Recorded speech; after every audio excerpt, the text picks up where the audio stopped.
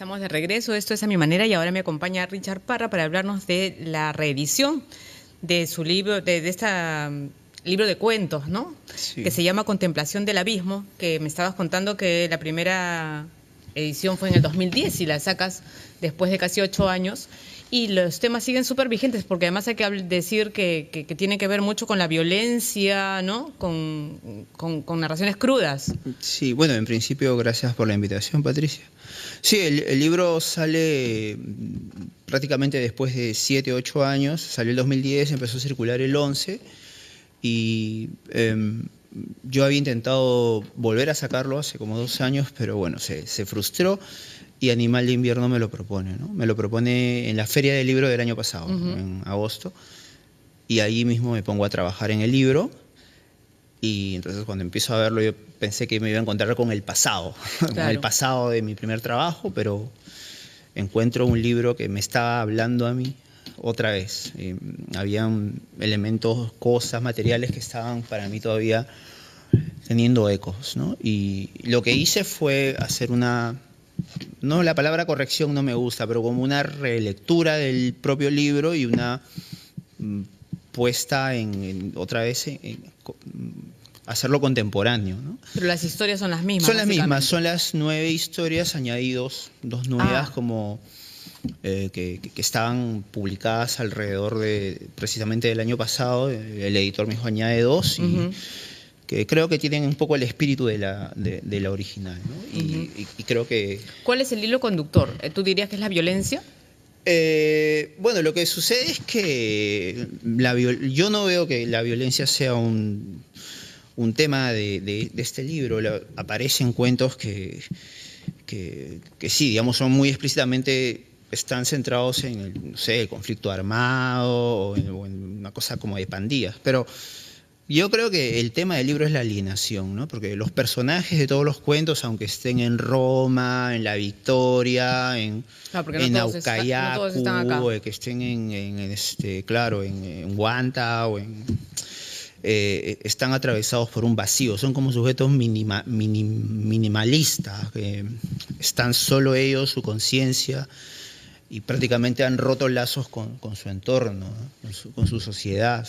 Yo por eso hablo de alienación, pero es una palabra que se puede cambiar, pero que están como rotos de lo social.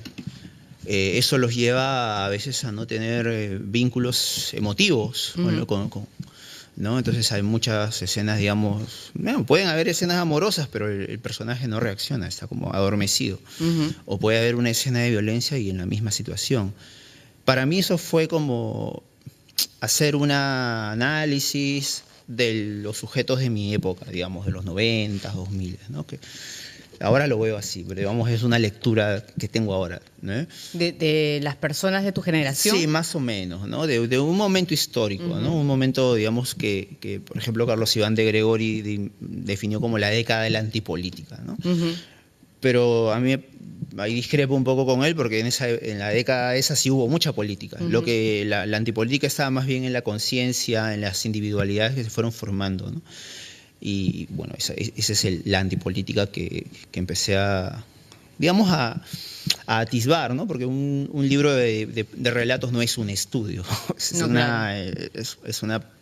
un juego, una propuesta con varios materiales, ¿no? ¿Y los relatos están basados en cosas que veías, en cosas que leías, en cosas que te llamaban la atención, en cosas que imaginabas?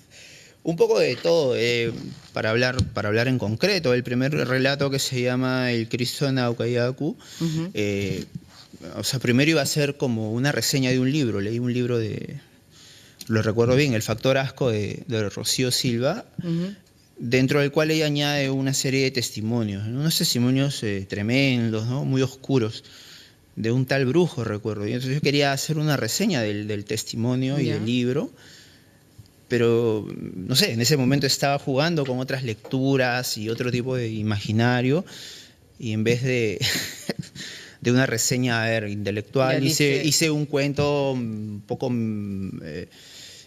nihilista, ¿no? Y esa fue ¿no? Por ejemplo, ese cuento surgió así. El cuento último, que se llama El Estadio, el de las barras bravas, allí sí surge como como algo medio autobiográfico, por un lado, pero también como volver a conversar con estos amigos de esa época, ¿no? No puedo hablar de entrevistas, ¿no? Sino como volver a estar en contacto con ellos, ¿no? Y el cuento salió que es una historia de impunidad, ¿no? Matan a un compañero y esa historia de alguna manera desintegró de alguna forma al grupo de amigos que éramos, ¿no? Esta muerte absurda por partido de fútbol. En fin, ¿no? Entonces traté de... Hay de todo, ¿no? No de todo, pero el acercamiento fue diferente, ¿no? Algunos más académicos, claro. Otros... Los dos nuevos, por ejemplo, los dos que has agregado. Los dos nuevos, uno sí surgió como... Quería hacer un cuento sobre la guerra y recuerdo que me puse a leer muchísimos textos históricos, pero al final de la historia no quedó nada, me quedé con el elemento mítico, una guerra mítica como es un poco en los Andes, como se lo conocía en los tiempos prehispánicos, ¿no? Entonces me quedé con ese aspecto. Y la otra historia era más bien burlarme un poco del narrador que está en el libro, que si algo tiene el libro no tiene mucho humor. Bueno, no sé, por el estado de ánimo de aquella época mía tal vez no había mucho humor, mucho espacio para reírse del propio escritor, ¿no? El propio narrador, o el propio intelectual o lo que sea, ¿no? Y coloqué un cuento donde más bien coloco a una suerte de escritores, ¿cómo se dice? Inconsciente, juguetón, totalmente inseguro, totalmente falso, con grandes proyectos pero con cero resultados, ¿no? Entonces, ese fue como que un cuento que entra ahí como para hacer temblar lo demás. Ese cuento se llama Motosierra, se llama. Y es de un escritor que quiere hacer una suerte de historia de serial killers de Hollywood, pero bueno, le sale cualquier cosa. Claro, porque además no todos están ambientados en Lima ni en el Perú, necesariamente. Sí, hay cuentos que transcurren en Nueva York. Yo viví allá 11 años. ¿Tú estudiaste allá una maestría? Sí, no, un doctorado. Un doctorado, hice mi doctorado allá. ¿Tú estudiaste literatura en la Católica? Sí, en la Católica, luego hice mi doctorado en la Universidad de Nueva York. Y es en ese contexto del doctorado que lo escribo, porque me dieron una beca para investigar y usé la beca para escribir el libro. Era como que dije, no, lo voy a hacer. Entonces, luego terminé la tesis. O sea, sí la logré terminar, pero usé media beca para hacer el libro, para tomarme unos meses concentrado, ¿no? Para culminarlo, porque ya había estado escribiendo las historias, pero como para ponerlo, hacer el libro, ¿no? Y sí, no es por el ambiente, pero refiere a distintos tiempos también. Claro, porque además en todas partes del mundo y en toda época hay este tipo de cosas y este tipo de personajes, ¿no? Esta alienación, sí, esta falta de conexión, sí, de repente con los propios sentimientos. Yo creo que hay un cinismo en los personajes. Sin embargo, los personajes que son como el centro de la historia, ¿no? Pero para que las historias tengan un poco para que no sean tan banales, tal vez, yo traté de que los secundarios o las situaciones históricas, ¿no?, estén en conflicto con ese cinismo, ¿no? O sea, imagínate una guerra sin cuartel en Las Punas y hay un personaje que esté ahí, como le da igual matar o que lo maten. Hay algunos personajes que sí contraponen, que tienen una visión, digamos, diferente, digamos, religiosa o moral, histórica, sociológica, pero la cosa es que los personajes estos están en tensión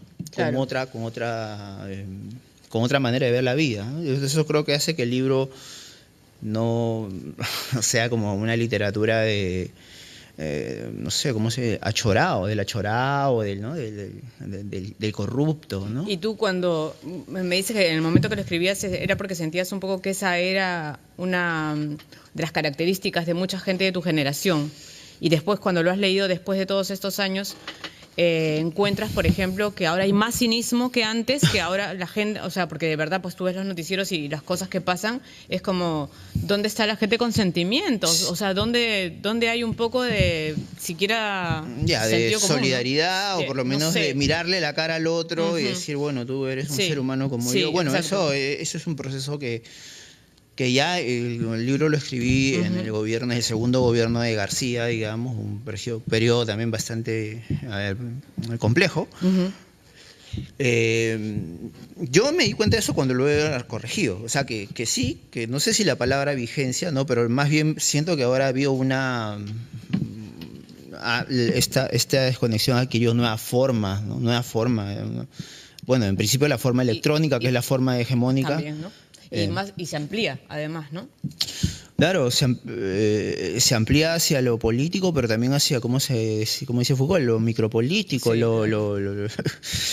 la vida en casa, la vida con la... Es verdad. Vamos a enseñar la portada del libro.